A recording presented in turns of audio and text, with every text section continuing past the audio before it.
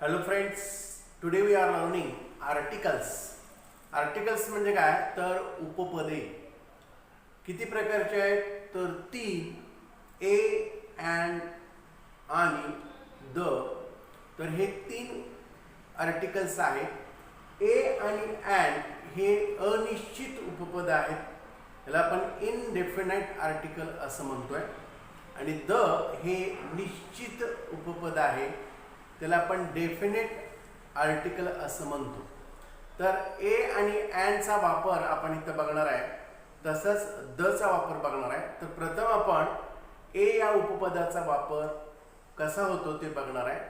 आता ए आणि अँड हे दोन अनिश्चित उपपद आहेत हे लक्षात ठेवा. आणि मोजता येणाऱ्या एक वचनी सामान्य नामापूर्वीच हे अ आणि अँड हे उपपद वापरलं जातं. अनेक वचनी नाम असेल तर त्या नामाच्या पूर्वी आपण ए किंवा अँड हे उपपद वापरत नाही, हे फिक्स लक्षात ठेवा. आणि प्रत्यक्ष त्याचे नियम काय आहेत ते आपण बघूया. आजपर्यंत आपण अंदाजे ए अँड द भरत होतो, पण आता ए अँड द अंदाजे भरू नका. तर त्याचे नियम अत्यंत सोपे आहेत. हा व्हिडिओ शेवटपर्यंत पहा, तुम्हाला 100% हा आर्टिकलचा एक मार्क मिळेल याची गॅरंटी मी देतो. तर पहा, आपण प्रथम बघूया एचा वापर. तर इथं आपण लिहिलेला आहे एचा वापर एकवचनी सामान्य नामापूर्वी ए किंवा अँडचा वापर करतात. आता एकवचनी सामान्य नाम कोणतं, फॉर एक्झाम्पल आपण लिहिलेलं आहे तर a cat, a mat, an animal, an elephant. आता अ कॅट कोणतं कॅट निश्चित सांगता येत नाही, कोणतं मांजर. ए मॅट एक चटई, कोणती चटई निश्चित सांगता येत नाही आणि हे एकवचनी आहे लक्षात घ्या. अँड ॲनिमल एखादा प्राणी, निश्चित प्राणी सांगू शकत नाही. अँड एलिफंट हा सुद्धा एक हत्ती, विशिष्ट निश्चित कोणता हत्ती हे आपण सांगू शकत नाही. तर अशा एकवचनी सामान्य नामापूर्वी ए किंवा अँडचा वापर करतात, हे फिक्स लक्षात ठेवा. तर आता आपण एचा वापर बघू. कुठं ए वापरायचं आपण प्रत्यक्ष पहिल्यांदा बघूया. तर ज्या एकवचनी सामान्य नामाची सुरुवात व्यंजनानं होते. आता व्यंजन कोणती आपल्याला माहित आहे तर ए ई आय ओ यू. हे काय तर ए ई आय ओ यू हे काय तर हे 5 स्वर आहेत. हे 5 स्वर सोडले तर राहिलेली सर्व काय व्यंजन आहेत. मग आपला नियम असा आहे, ज्या एकवचनी सामान्य नामाची सुरुवात व्यंजनानं होते, म्हणजे स्वर ए आय ओ यू सोडले तर बाकीची सगळे व्यंजन आहेत B C D F J H K L M N P Q R W X Y Z ही काय व्यंजन आहे. तर सुरुवात व्यंजनाने होते व त्याचा उच्चारही व्यंजनच होतो, तेव्हा आपण काय वापरतो तर आपण ए हे उपपद वापरतो. म्हणजे थोडक्यात लक्षात ठेवा, ज्या नामाची सुरुवात व्यंजनानं होते आणि उच्चारही व्यंजनानंच होतो तेव्हा आपण ए हे उपपद वापरतो. फॉर एक्झाम्पल आपण उदाहरण लिहिले तर अ बॉय एक मुलगा, अ मॅन एक व्यक्ती, अ डॉग एक कुत्रा, एक काव एखादी गाई, एक girl, a doll, a pen, a duster. असंख्य उदाहरणं आपल्याला सांगता येतील. पण इथं लक्षात ठेवायचं आहे, नामाची सुरुवात व्यंजनानं होते आणि उच्चारही व्यंजनानंच होतो, हे लक्षात ठेवा. बॉय बी व्यंजन आहे, मॅन व्यंजन आहे, यम व्यंजन आहे, डॉग डॉग मधलं डी व्यंजन आहे, सी काव व्यंजन आहे, जी व्यंजन, डी व्यंजन, पी व्यंजन, डी व्यंजन. तरी व्यंजन आहे आणि सुरुवात व्यंजनानं होते आणि उच्चारही व्यंजनानंच होतो, तेव्हा आपण काय वापरायचं आहे ए हे उपपद वापरायचे आहे. आले लक्षात. नेक्स्ट बघूया आपण. तर याला इथं आपण चुकू शकतो, ज्या नामाची सुरुवात स्वरानं होते. आता स्वर म्हणलं ए ई आय ओ यू तर आपण अँड हे उपपद वापरतो त्याच्या अगोदर. हा नियम आहे, आपण बघणारच आहे. पण या एच्या नियमामध्ये काय येतं बघा, ज्या नामाची सुरुवात स्वराने होते, म्हणजे तुम्हाला दिसताना स्वर दिसेल परंतु त्यांचा उच्चार व्यंजनाने होतो, अशा नामापूर्वी आपण एच उपपद वापरणार आहे. नाहीतर आपण काय करायला जातो, ज्या नामाची सुरुवात स्वराने होते, स्वर दिसला की आपण काय वापरतो, अँड हे उपपद वापरतो आणि चुकतो. तर चुकू नका. काय नियम आहे हा, ज्या नामाची सुरुवात कशाने होते, स्वराने होते, परंतु उच्चार व्यंजनाने होतो, तेव्हा एच उपपद वापरायचं. मग आपण फॉर एक्झाम्पल बघूया. तर फॉर एक्झाम्पल आहे युनिव्हर्सिटी. आता युनिव्हर्सिटी मध्ये यू हा काय, तर यू स्वर आहे आणि यू स्वर दिसतोय म्हणून आपण काय करणार, तर अँड युनिव्हर्सिटी लिहायला जाणार. तर अँड युनिव्हर्सिटी ही चुकीचं आहे. मग योग्य काय, तर ए युनिव्हर्सिटीच म्हणणार आपण. एच का म्हणणार, तर यू सुरुवात स्वराला दिसते पण याचा उच्चार करा तुम्ही, युनिव्हर्सिटी म्हणजे युनिव्हर्सिटी असा असेल, युनिव्हर्सिटी.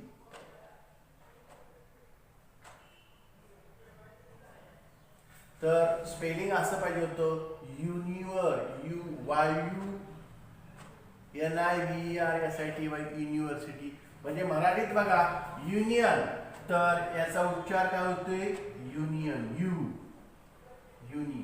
तर यू म्हणजेच काय, वाय लक्षात घ्या, युनियन. बरोबर. म्हणजे काय, उच्चार कशाने होतोय, व्यंजनाने होतोय, म्हणून आपण इथे काय वापरणार, ए हे उपपद वापरणार. युरोपियन, इथं सुद्धा उच्चार काय होतोय, युरोपियन, युरोपियन आपण म्हणतोय, सुरुवात तुम्हाला स्वराने दिसते, ई स्वर आहे म्हणून अँड युरोपियन म्हणायचं नाही. काय म्हणणार आपण, अ युरोपियनच म्हणणार. आले लक्षात.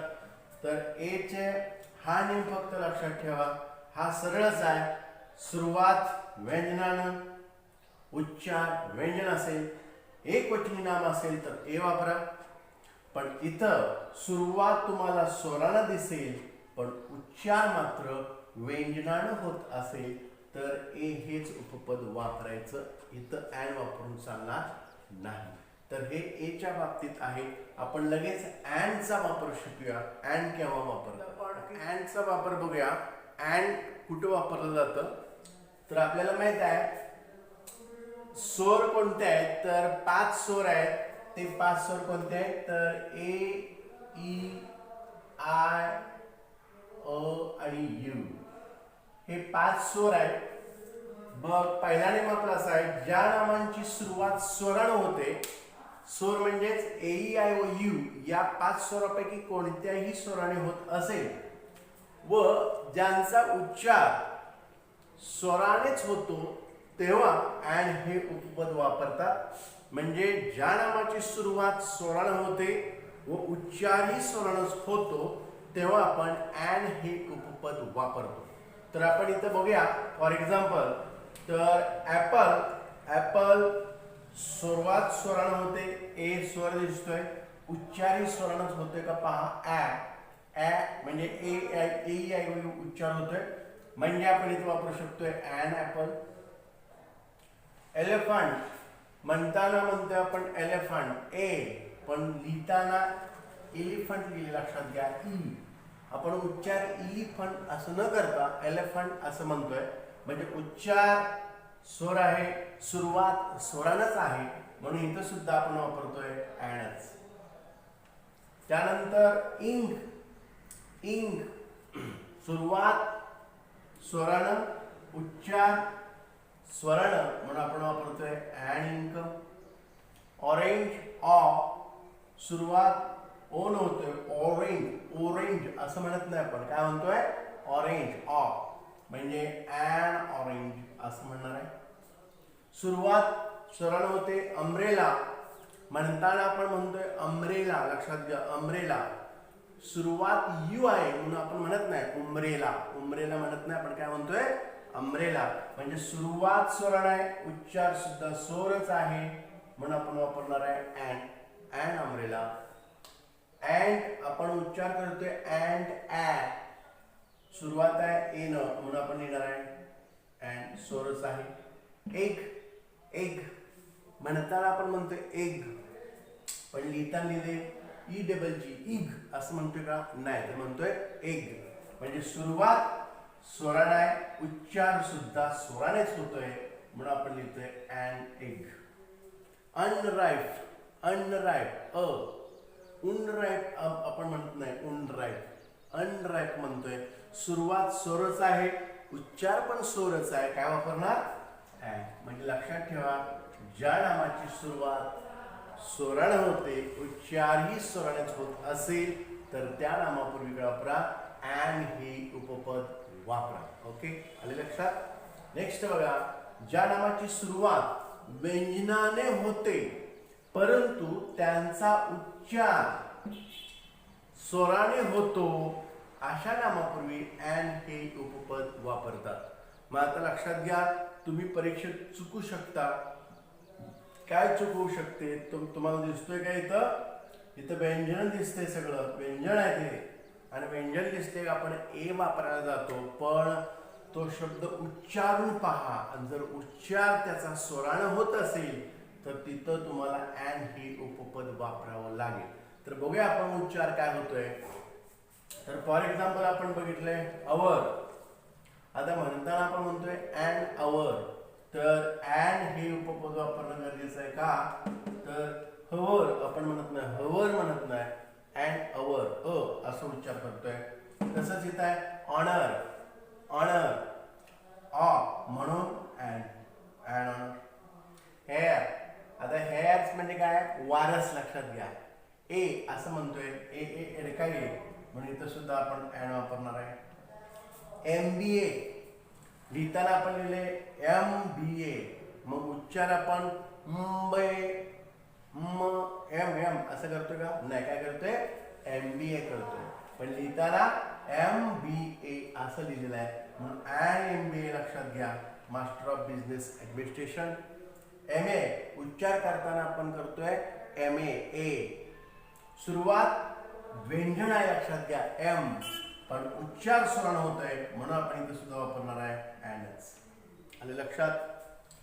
ऑनेस्ट, ऑनेस्ट ऑ आपण ऑ असं म्हणतोय, म्हणजे स्वराने उच्चार होतोय पण सुरुवात तुम्हाला व्यंजनाने दिसते म्हणून आपण काय वापरतोय? अँड. म्हणजे लक्षात घ्या, ज्या नामाची सुरुवात व्यंजनाने होते परंतु ज्यांचा उच्चार कशाने होतो? स्वराने होतो, तेव्हा त्या नामापूर्वी आपण अँड हे उपपद वापरतो. जसं ए मध्ये आपण याचा अपोजिट नेम पाहिला होता एच्या वापरमध्ये, की ज्या नामाची सुरुवात स्वराने दिसते परंतु उच्चार व्यंजनाने होतो, तेव्हा त्या नामापूर्वी आपण ए हेच उपपद वापरत होतो. तर ते या दोन्ही गोष्टी लक्षात ठेवा. फरक काय? बाकीचे नेम जे आहेत तेच आहेत. यानंतर आपण लगेच बघूया द चा वापर कसा करायचा आहे. तर आपण द चा वापर शिकणार आहे. द हे डेफिनेट आर्टिकल आहे, निश्चित उपपद आहे. ए आणि अँड ही दोन उपपद जी आहेत ती अनिश्चित उपपद आहेत. आता द चा वापर बऱ्याच ठिकाणी केला जातो आणि ती ठिकाणं कोणकोणती आहेत आणि द केव्हा वापरायचं नाही, द कुठं वापरायचं ते आपल्याला या व्हिडिओमध्ये लक्षात येईल. तर आपल्याला फळं दिसेल. तर पहिला आहे जगातली एकमेव वस्तू असेल, एकमेव वस्तू, तर त्या नामापूर्वी आपण द हे विशेषण द हे उपपद वापरतो. जसं की फॉर एक्झाम्पल आपण लिहिलेलं आहे the sun, the moon, the earth, the sky. तर या जगातल्या एकमेव गोष्टी आहेत म्हणून आपण त्याच्यापूर्वी द हे उपपद वापरायचं. त्यानंतर दुसरं नदी, पर्वत, सागर, महासागर, वाळवंट या नावापूर्वी आपण द हे उपपद वापरतो. तर उदाहरणार्थ आपण लिहिलंय द गंगा नदीचं नाव आहे, the Jamuna, the Krishna, the Koyna, the Kaveri, the Arabian sea अरबी समुद्र समुद्राचं नाव आहे, द हिमालया पर्वताचं नाव आहे, द कळसुबाई पर्वताचं नाव आहे, द सहारा वाळवंट, वाळवंटाच्या नावापूर्वी वापरतो आपण. द पनामा कॅनल, पनामा कालवा. द इंडियन ओशन, हिंदी महासागर, पॅसिफिक महासागर. त्यानंतर जगातल्या ऐतिहासिक वस्तू ऐतिहासिक इमारती असतील, ऐतिहासिक इमारती, तेव्हा आपण द हे उपपद वापरतो. जसं की the Taj Mahal, the red fort, the white house. आणि दिशा ज्या असतील त्या दिशांच्या पाठीमागे सुद्धा आपण द उपपद वापरतो. The east, the north, the south, the west या नावापूर्वी आपण द हे उपपद वापरतो. त्यानंतर काही वर्तमानपत्र असतील, मॅगझिन्स असतील किंवा धार्मिक ग्रंथ असतील, या ग्रंथांच्या पाठीमागं आपण द हे उपपद वापरतो. उदाहरणार्थ the Hindu, the Indian Express, the Mahabharat, the Bhagavad Gita, the Bible, the Vedas, the Quran. तर ही ग्रंथांची नाव आहेत. द इंडियन एक्सप्रेस वर्तमानपत्राचं नाव आहे. याच्या पाठीमागं आपण द हे उपपद वापरतो. त्यानंतर सुपरलेटिव्ह डिग्री फॉर्म आले असतील. सुपरलेटिव्ह डिग्री फॉर्म म्हणजेच काय, तर सुपरलेटिव्ह डिग्रीमध्ये द आणि नंतर आपल्याला माहिती आहे पॉझिटिव्हमध्ये काय असतं, मूळ रूप असतं. कंपॅरेटिव्हमध्ये ER प्रत्यय असतो. सुपरलेटिव्ह डिग्रीमध्ये विशेषणाला EST प्रत्यय लागलेला असतो. तर अशी जर नावाले असतील तर आपण द हे उपपद वापरतो. आणि ऑर्डिनल नंबर म्हणजेच the first, the last, the third वगैरे वगैरे जर संख्यावाचक नामं असतील तर तिथं आपण द हे उपपद वापरतो. जसं की the best super degree form आहे, विशेषण सुपर डिग्रीतला आहे. द टॉलेस्ट EST प्रत्यय लागलेला आहे, द वापरायचा आहे. The most beautiful, beautiful, the most beautiful हे सुपर डिग्री फॉर्म आहे. The first, the last, the third हे ऑर्डर नंबर आहेत. म्हणजे संख्यावाचक नामं जर असेल तर आपण द हे उपपद वापरतो. त्यानंतर काही वाद्य असतात, त्या वाद्यांच्या नावापूर्वी आपण द हे उपपद वापरतो. जसं की for example the violin, the flute, the piano, the tabla, the harmonium, the mridang, the cymbals वगैरे वगैरे. व्हायोलिन माहीत आहे, फ्लूट बासरी, पियानो माहीत आहे, तबला माहीत आहे. तर या नावांच्या पाठीमागं म्हणजेच म्युझिकल इन्स्ट्रुमेंट्स असतील, वाद्यांची नावं असतील, कोणतंही वाद्य असेल तर आपल्याला द हे उपपद वापरावं लागेल. त्यानंतर काही ऐतिहासिक दिवस असतात, ऐतिहासिक दिवसांच्या नावांच्या पाठीमागं आपल्याला द हेच उपपद वापरावं लागतं. For example the Republican day, प्रजासत्ताक दिन असेल, द इंडिपेंडन्स डे स्वातंत्र्य दिन असेल, किंवा द इंडस्ट्रियल रिव्हॉल्युशन म्हणजेच औद्योगिक क्रांती किंवा हरित क्रांती. तर या नावांच्या पूर्वी आपण द हे उपपद वापरतो. द कुठे वापरतो आता उदाहरणार्थ बघूया, आपल्याला लक्षात येईल. I saw a girl, the girl was crying. आता या उदाहरणामध्ये गर्ल बद्दल डबल बोलण्यात आलेलं आहे. म्हणजे सुरुवातीला कोणती मुलगी आपल्याला माहित नाही तेव्हा आपण अ गर्ल म्हणतोय. आय सॉ अ गर्ल, मी एक मुलगी पाहिली. कोणती मुलगी पाहिली हे माहित नाही, अनिश्चित आहे म्हणून इथं पहिल्यांदा अ वापरलं. आणि त्याच गर्लचा पुन्हा उल्लेख होतोय तेव्हा आपण द हे उपपद वापरतो, हे लक्षात घ्या. द गर्ल वॉज क्राईंग म्हणजे मी जी मुलगी पाहिली ती मुलगी रडत होती. म्हणजे त्याच मुलीबद्दल पुन्हा बोललं गेलेलं आहे, पुनरुल्लेख होतोय त्याचा, म्हणून आपण इथं द हे उपपद वापरलेलं आहे, हे लक्षात घ्या.